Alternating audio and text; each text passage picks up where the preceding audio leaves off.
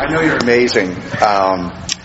I've been through the shamanic, the Native American, the Buddhist, blah, blah, blah, all of that. And you incorporate all of it, but without any sense of spirituality, almost in a way, for all of us. You know what I mean? So I'm grateful for that. Thank you. By the way, I do want a Rolls Royce.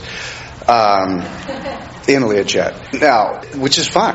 And I like that about myself. There's appreciation of that about myself. But I get caught up with having to work so much and to put my focus into running a company and getting it at the point of where it could be. Well, let us give you something that we can feel from your vibration. We know you work hard, and we know that sometimes you would like to work less hard. But we know that you adore the focus that you achieve, and you are coming to know that as life. Isn't there a way you can have livery service without working so hard, though? I mean, so many people do on the face of this planet, besides being here. Give us a fuller question. How do I get that without working so hard? Give us a fuller, more specific question. How do I get what I want without working so hard? So, what have you just done? Or being happy. What have you just done in this focused moment? You focused upon what you want, and you focused upon how hard it is. And you've introduced both vibrations to your mix. So the universe is giving you what you want and is giving you the hard path, because both of those are active in your vibration. So the way to get what you want without the hard work is by deactivating the subject of hard work. Well, how do you deactivate the subject of hard work? By reaching for thoughts that you can feel soften it, by saying things to yourself like, I choose every single thing I do. Last week, Jerry and Esther picked up a new motor coach. And during this process, it was a longer process than they thought. So they picked it up, they spent a few days tweaking it. They went out for the weekend with it to a seminar, came back, tweaked it some more, went out another weekend, came back. And during that time, they were trying to get the same work done, do the weekly tapes as usual, do all of the things that they usually do, get the information to the office. It was more than the time would really allow. Plus, they were moving 3 years of accumulation from one coach into another, sending boxes home, physically more active than they were accustomed. And one day, Esther is sitting sort of slumped over the kitchen table, a mere shadow of the woman she is used to being. And as she relaxed, she said, Abraham, can you hear me? And we said, Esther, this is a really interesting snapshot. Let's capture it for a moment. You are working yourself to death in order to teach others to live a happy life. She caught the humor of our offering. She began to laugh very hard, and she said to Jerry, as she dragged herself in, they had put a plank across between the two coaches so that they wouldn't have to walk down the stairs and up the stairs and down the stairs and up the stairs, which seemed like a really good idea, except it made the door very short. And while it is 2 o'clock in the morning, Esther banged her head and she said, I am literally seeing stars.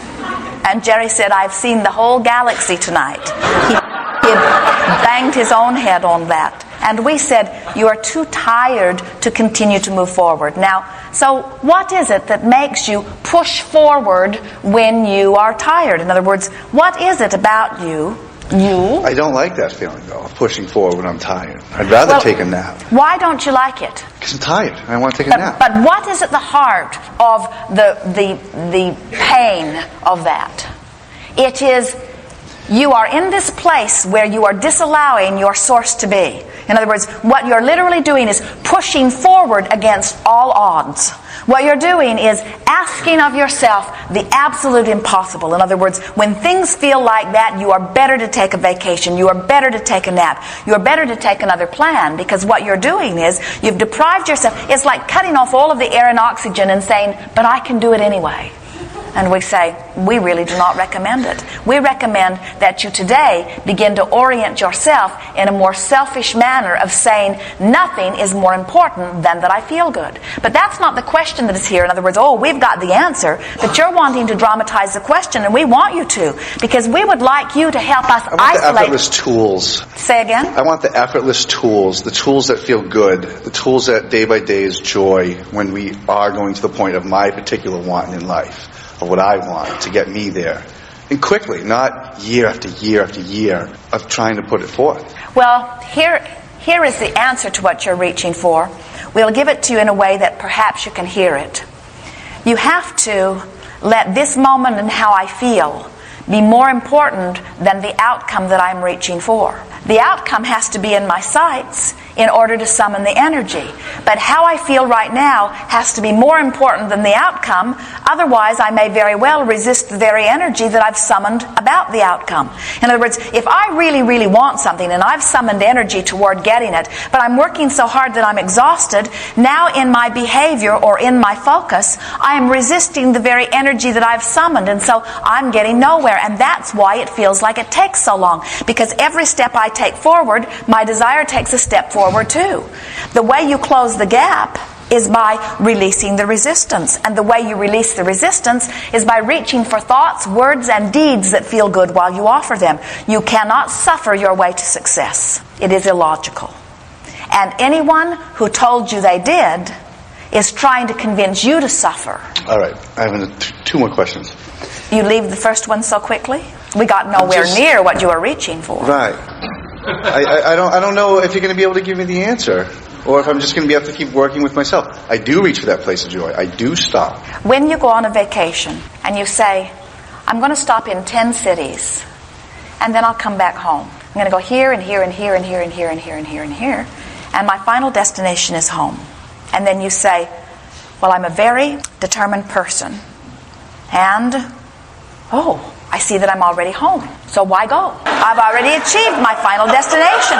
And then you say, but wait, I'm not going on this vacation to achieve a final destination. I'm going for the process. I'm going for the fun. I'm going for the exposure. I'm going for the exhilaration. I'm going for the collective data. I'm going for the contrast. I'm going for the birthing of desires. I'm going for the experience. I'm not going to get it done, and that's the way we want you to approach all of your goals. I'm not reaching for this goal to get it done. I'm reaching for this goal because in the reaching for it, there is life. For in the reaching for it, there is exposure to experience. For in the reaching for it, I'm molding the clay. You do not see this man who makes the magnificent sculptures standing by his sculpture and saying, I am now complete. There it is. Behold my life's work. And you say, well, will you ever do another? And he says, no, that's it. That's it. I'm just going to stand next to this one. This equals me. This represents me. Because it was the process of bringing it into being that was thrilling to him. It is the process of the becoming. It is the gifting of the idea and the alignment with the idea and the coming into shape of the idea and the satisfaction and even the being off the track of the idea and then the getting on the track of the idea. In other words, you are a focuser of energy. You are a focusing mechanism. And when you focus, the fun is in the bringing yourself into alignment. When you are a tennis champion, do you see them getting to the top of their game and then saying, bring to me only those I can beat. I never want to be challenged again. Bring me only those that will assure me the constant medal. That's not what they want. They want the challenge. They want more to be evoked from them. They want to discover what more they can reach inside and discover and present, you see. And you do too. But what sets you off your game is you get in this place where you stand here feeling a little incomplete or dissatisfied. And then you conclude, well, if I could achieve that, then I would feel better. And then you set out from this place of feeling incomplete, of wanting to achieve this so that you can feel better. Only the problem is you cannot get there from here because there is vibrational discord as you begin your journey. Right, so use imagination. Well, there are all kinds of tools that we can offer, and we'll give you some of them here. But we want to help you to understand the basis first. And that is the reason that you want every single thing that you want no exception, joy. is because you think you will feel really good when you get there. And what we're wanting you to then associate is, if you don't feel really good on your way to there, you can't get there. So you can't say, when I get there, then I'll feel good. You got to say, I feel good, and therefore I'll get there. You have to be satisfied with what is while you're reaching for more, you see. That's the key. You have to be so proud of your ability to become that what you haven't yet become doesn't matter, because you are so sure of your ability to become. That's what ultimate faith is. I have faith in the process. I have faith in the laws. I have faith in my ability to align. It's not faith, it's knowledge. I know this will be. I know it with every fiber of my being. And when you know it will be, it takes all the angst out of it not being. And then you start enjoying the journey, you see. But when it matters so much that it be's, that it hurts that it isn't, then it can't be. And then you hold yourself forever in that place. That's what takes so long, you see. So how do I get happy about where I am? Look for things about where I am that make me happy and make up the rest. We think the biggest thing that keeps you from it is you are allowing yourself to see yourself through the eyes of others. Others who do not have a clue who you are. You disagree? No, I don't really take it what others think about me. Pretty much outspoken. And Happy with what I say to whomever. And so what are you striving for that seems elusive right now? That seems elusive? In other words, why are you here? Why are we having this conversation? All right, the enormous rent in the apartment that I was looking at. So I couldn't make that rent every month. You found an apartment that you really liked that you can't afford. Right. Now. So, did the apartment inspire desire within you? Oh, yeah. Is that a good thing or a bad thing? Awesome. If someone said to you, come with me, here is an acre of land, and here I have buried enough to pay for that apartment for 100 years, 100 times over. It's buried here somewhere. And here are some tools. Take your time. It is certain that you will find it because it's only an acre.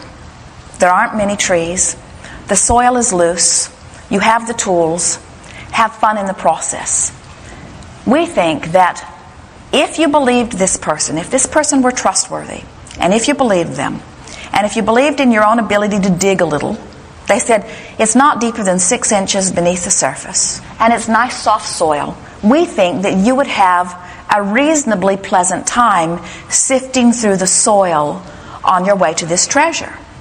But if this person had tricked you, and it might be there and it might not be there, or if this person says to you, you have one day to find it, or if this person says to you, oh, and by the way, I've given 100 shovels to 100 other people, so the first one there wins, you would have a whole different relationship with this treasure. And what we're wanting to impart to you is that the universe is responding to you as in the first scenario that we offered. Your treasures are there and they're easy to come by. And hard work and struggle is not required. Just some persistent, consistent desire and belief in the outcome, you see.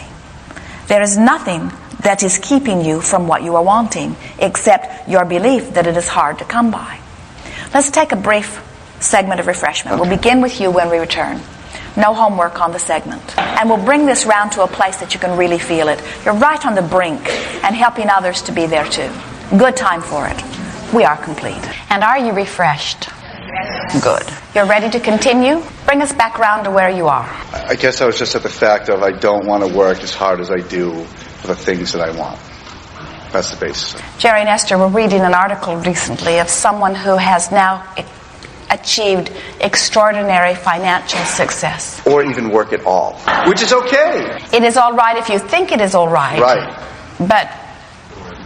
And this person said, the hardest thing about achieving financial success is understanding that it is not a difficult thing to do. The hardest part was accepting how easy it is. And once he accepted how easy it was, then the rest of it came more easily. But you're delegating to everybody to do this for you, that for you. And if you miss telling this person one thing to do, you lose a sale or something, you know? I don't know. I wanted to be lazy that hour, not have to worry about calling them up and telling them, you know? When you say, or not have to do anything, we think that what you're saying is, I wouldn't have to do those things that are uncomfortable when I do them. But we think that if you were not doing things to earn money, you would still be doing things. Do you think so? Oh, absolutely. And so it's not, you're not wanting to stop doing, No, you're wanting no. to stop doing things that aren't fun while you're doing them? Right.